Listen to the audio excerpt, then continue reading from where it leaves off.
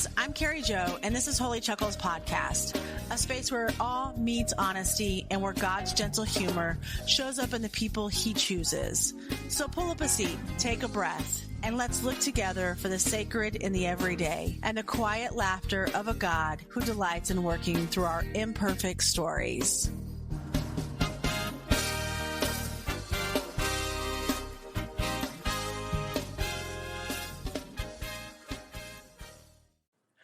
In 1 Samuel 2, verse 18 and 19, we saw how healing and identity grow quietly through presence, consistency, and care. Now in verse 20 and 21, we begin to see what that steady faithfulness opens doors to.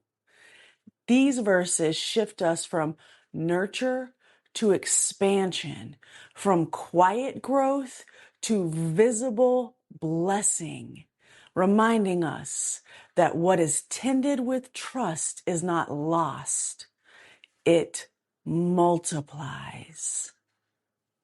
Verse 20 and 21. Eli would bless Elkanah and his wife, saying, "May the Lord give you children by this woman to take the place of the one she prayed for and gave to the Lord." Then they would go home. And the Lord was gracious to Hannah. She gave birth to 3 sons and 2 daughters. Meanwhile, the boy Samuel grew up in the presence of the Lord. Eli blessed Elkanah and his wife, saying, "May the Lord give you children by this woman to take the place of the one she prayed for and gave to the Lord." Then Elkanah and his wife loaded up their stuff and went home. So Eli spoke a blessing over Elkanah and Hannah. He acknowledged the child Hannah gave to the Lord. He blesses them with future children to quote unquote replace what was given. The blessing is spoken publicly. He said it in front of everybody. And then Elkanah and Hannah's life continues. They go home to live their life like they always have until the next year's sacrifice. Literally, this verse shows recognition of sacrifice, blessing spoken by spiritual authority. Life continues beyond loss, and God's favor returning in tangible form. Symbolically, this verse speaks to restoration after surrender. Eli's blessing represents affirmation coming from outside the inner struggle. Hannah represents the soul that trusted God with what was most precious. Elkanah represents the steady inner essence that remains present. The phrase, "take the place of the one she prayed for and gave," does not mean replacement as a loss. It symbolizes expansion after trust. This verse tells us what is surrendered in trust is not erased. It creates space for growth, and blessings follow alignment, not force. When we go back to the literal and it says Eli blesses them for future children,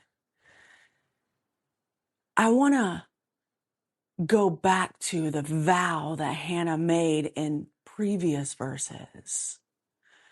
Hannah said, "God, if you give me this child, I will give him back to you." She was just desperate to have a child because that child validated her worth as a woman. And of course, she wanted a baby. Of course, she wanted a child of her own. But she made that bargain with God. God didn't ask her to. God didn't say, Hannah, I'll give you a child if you give him back to me. God did not bargain with Hannah. Hannah is the one that did the bargaining. And we don't have to bargain with God. God is going to give us our blessings when we are ready for them. Now, God did give Hannah her baby, and Hannah did complete her vow to God by giving her child after he was weaned back to God. And because Hannah came every year, she didn't forget Samuel. She didn't say, okay, God, he's yours. She wasn't angry at God for accepting her vow, the vow that she said, the bargain that she did. She wasn't mad at God for accepting his portion of the bargain that Hannah brought to the table. No, Hannah stayed faithful to God. She came every year for the sacrifice. And not only did she stay faithful to God, she stayed faithful to her son. She loved him every day, even though he wasn't in her presence. She worked on his robe all year around. She made that robe with love, care, kindness, intention. So when she brought it to him, he knew that he was loved, that he wasn't abandoned by his mother, that she gave God her gift. And she made sure in the care of that robe that Samuel knew that. Because she stayed faithful to God, because she kept loving her son, even though he wasn't in her presence, because Hannah did the things that God said we all should be doing, which is treating everyone with kindness, loving everyone, doing the right thing, even though they're not in our presence. God said, through Eli, I'm going to bless you. In our lives, this verse shows up as experiencing affirmation after a season of letting go. Realizing that trust did not diminish you, it enlarged you. Receiving new capacity after honoring what was sacred. Recognizing that life continues with greater depth after surrender. Discovering that faithfulness does not leave you empty. It reflects the moment when you realize your obedience didn't cost you your worth. Your trust didn't lead to loss. Your soul wasn't forgotten. Surrendering was hard for me. I was only looking at it as what I was giving up. I wasn't looking at it as I was giving up things, people, situations that didn't serve my highest good, because I had been living in those things, with those things, experiencing those things for all of my life. It's very hard to give up what you've known your whole life. And I fought it every step of the way. And then one day, kind of like for me, math, it clicked. It clicked. I wasn't giving up anything that benefited my highest good. I was giving up things, people, experiences, transactions that took away from my highest good, that depleted me and would never let me get to my highest good. Before my surrender, I was giving away my worth. Now that I've surrendered, I know exactly my worth, and I don't give it away. Verse 20 matters because it corrects a deep fear many people carry. If I give something sacred to God, will I lose myself? This verse answers that clearly. No, you will not. God does not exploit surrender. God honors it. This verse matters because it teaches surrender is not a punishment. Trust is not depletion. Faith does not erase desire or fruitfulness. God's blessings expands life. It doesn't shrink it. Verse 21, and the Lord was gracious to Hannah. She gave birth to 3 sons and 2 daughters. Meanwhile, the boy grew up in the presence of the Lord. Before I go on, because I was curious, maybe some of you are curious. Hannah was not a young woman. Hannah was an older woman. In fact, she was geriatric when she had Samuel. And then God gave her 3 more sons and 2 daughters. When I say God can do anything, look at what He did for Hannah. In this verse, God acts directly. It says, the Lord was gracious to Hannah. Hannah bears multiple children. Abundance, not scarcity. God said, you wanted 1? I gave you your 1. You gave him back to me, and I love it.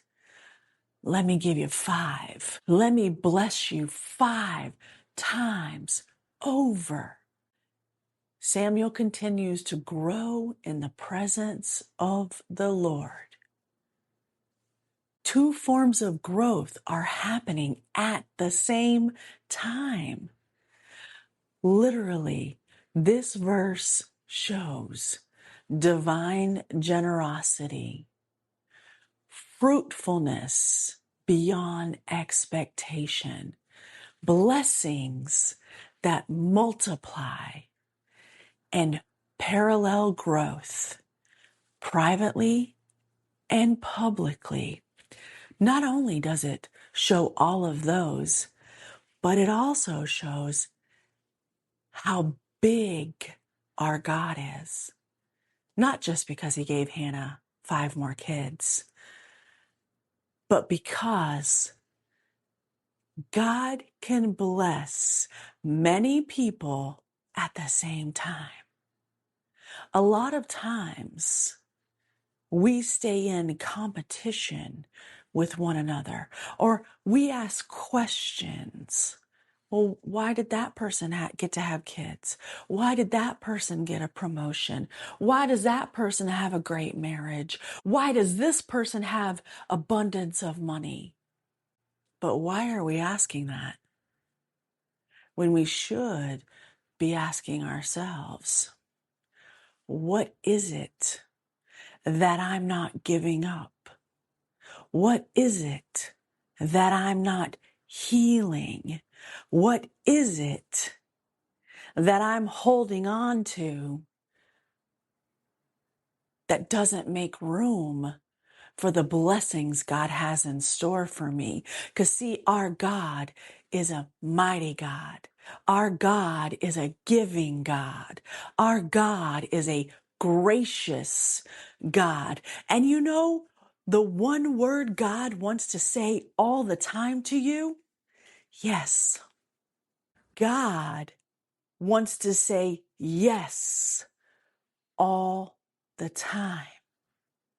But it's up to us to make the room for the yeses. Hannah bears 5 more kids. God gave her her blessing.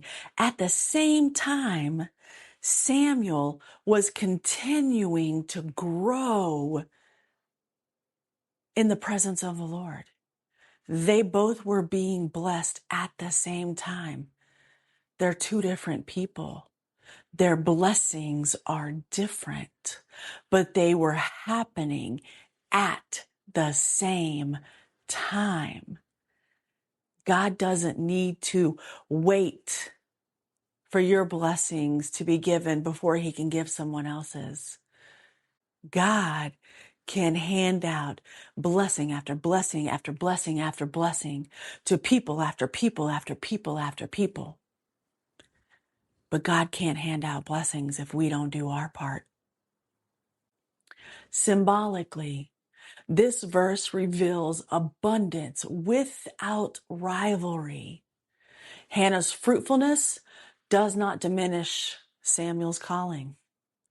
Samuel's growth does not prevent Hannah's joy. God's grace is not limited to one expression. This verse says to us, God's grace multiplies. It doesn't compete. The soul can flourish and true self can mature at the same time. There is room for healing and purpose, joy and calling, inner restoration and outward fruit. In real life, this verse shows up as discovering joy after grief, realizing that growth doesn't require sacrifice of one part of you for another, experiencing expansion in multiple areas of life at once, seeing your inner life mature while your outer life blossoms, understanding that God's grace is not either or, but both and. It's the realization that you don't have to choose between wholeness and purpose. And faith doesn't ask you to abandon joy. and healing doesn't cancel calling. I'm the prime example. Discovering joy after grief. 2025 for me has been a transformative year. Actually, 2023 to this point have been transformative years. My old way of thinking was I lost everything. I lost my job of over 20 years. I lost relationships. I lost my marriage. I lost another job by choice, but it's still a loss. I've given up more relationships. And my old self said, man, we're having some really crappy years. But this Carrie Jo, this surrendered Carrie Jo, this anew Carrie Jo has found joy in those losses, because actually what I lost was not a marriage, was not a job, was not relationships, was not experiences. What I lost was that old version of myself that couldn't accept who I truly was in God's eyes. That's what I lost. Because that version of myself chose those things out of desperation to feel worthy. It wasn't the fault of those relationships. It wasn't the fault of that job. It wasn't the fault of those experiences. It was my fault for not healing, for not understanding, for not working on myself, and then choosing those things out of desperation to feel worthy, to fit in, to say I'm good enough to have a partner, to say, oh, I've been at this job for 20 years. Whatever the experience, whatever the relationship, whatever happened, it was me grasping at my self-worth to try to tell myself that I was worthy when I was already worthy. I am the one that didn't realize it. So the joy that has come into my life after understanding why I had to release all of that. And yes, I went through plenty of grief. In fact, one day I had to remind myself and look up the stages of grief because I didn't understand what was happening. And then I realized I'm grieving my past life. Right here in these moments, I'm discovering my joy after grief. Verse 21 matters because it reshapes how we understand God's grace. God is not minimal. God is not cautious. God is not transactional. God is gracious. And more than anything, God does everything out of love. This verse shows grace that multiplies life, healing that leads to joy, trust that opens space for abundance, a God who continues to nurture what is given and what is kept. It assures us that God does not ask for surrender in order to withhold. God asks in order to give more fully. That's a big statement. God does not ask for surrender in order to withhold. God asks in order to give more fully. See, because before I surrendered, I didn't understand why God kept taking.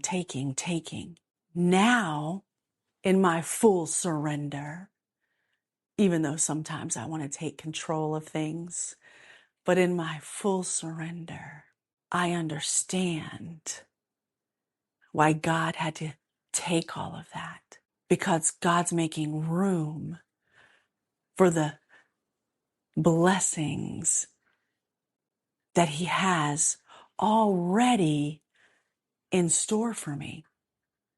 Why this verse matters? Because it shows grace that multiplies life, healing that leads to joy, trust that opens space for abundance, a God who continues to nurture what is given and what is kept. This verse assures us that God doesn't ask for surrender in order to withhold. It's not a punishment. It's not a sacrifice. God asks in order so that He can give more fully. God asks for surrender so He can give us more love, more joy, more time, more blessings, more fulfillment. God says, surrender to me and I will give you your heart's desire. God can only give us what we're ready for. If we have hurt, pain, unkindness, unwillingness to forgive, anger, lustfulness, greediness, unacceptance. I could go on and on and on with this list because it's the world that we're kind of living in today. But when we have those and we don't clean them out and we don't take care of all that yucky, all that muck inside us, how can God fill us with joy, love, patience, kindness, acceptance, forgiveness? We don't have anywhere to put all of that. So we have to clean out the stuff that is not necessary, that we have to surrender the stuff that is unnecessary. We have to heal those hurts, those pains. We have to forgive even when you don't think you can. My father and I didn't get along. I didn't believe that he was a good dad to me. I had to sit here in this apartment and have conversations with the dead man. I had to forgive him as a parent. I had to forgive him as just a human being. I had to realize I was not the judge and jury of how he parented. I was not the judge and jury of how he lived his life. Because I can tell you this, as a parent, as a human, I made the same mistakes he did. The difference between my father and myself is I decided to surrender. I decided to change. And I'm not saying in his later life he didn't change some, but our relationship was still what it was. But now all I have is love for my father because he parented me the best he knew how to. He parented me with traumas that he didn't know how to deal with. He parented me not knowing how to be a parent. And he did the best he could. And when I surrendered my anger, when I surrendered my pain, there is no one, dead or alive, in this world that has done me wrong. There is no one, dead or alive, in this world that has caused me pain. I did that to myself. I allowed my hurts and my pain and my anger to live my life for me. But now, when I gave that to God, I gave those hurts, those pains to God. Now, I don't live my life in that space. God is not asking you to surrender your joy, your love, your open heart. God's asking you to surrender all that yuck you have inside you. How great is our God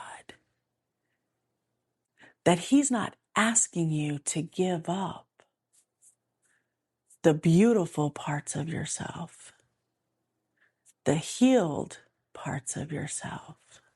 He's asking you to lay all the yuckiness at His feet, and He will take it from you and give you more love, more joy, more abundance. Who else in your life is asking to take on all your crap, the yuckiest stuff you have, and let you keep all the best things that you have, and then is going to give you more? Who in your life is doing that for you? God says, let me take your sorrow. Let me take your pain. Let me take your hurts. Let me take all the stuff that you're drowning in. But you can keep your joy, your love, the great things about you. But let me take all the ugh about you. And then when you give me all this yucky stuff, I'm going to bless you. I'm amazed. I am in awe. And I can't believe I didn't figure this out sooner. But there's that free will. We got to try to do it on our own.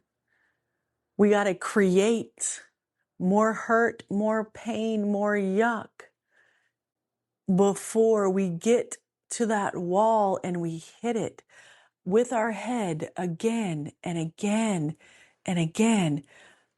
My ex-wife used to say, a hard head makes a soft ass.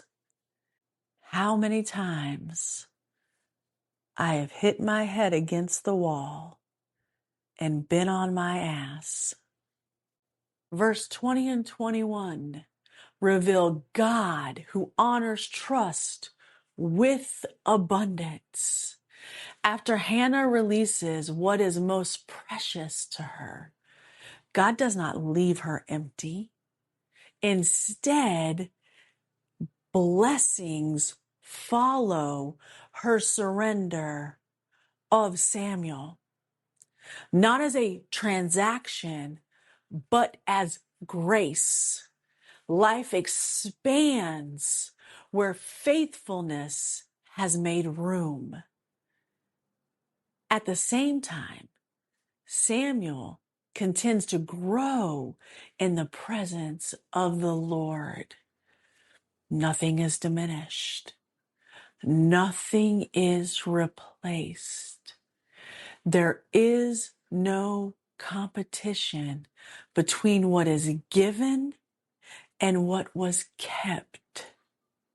Together, these verses remind us that God's grace is not limited or divided. God nurtures what is entrusted and multiplies what remains. Healing and purpose grow side by side without rivalry or loss. This is not a God who takes. This is a God who gives generously, a God that restores joy, fruitfulness, and depth where trust has been planted. Where in your life have you trusted God with something precious? And how might you be invited to notice the quiet ways grace is expanding rather than diminishing your life?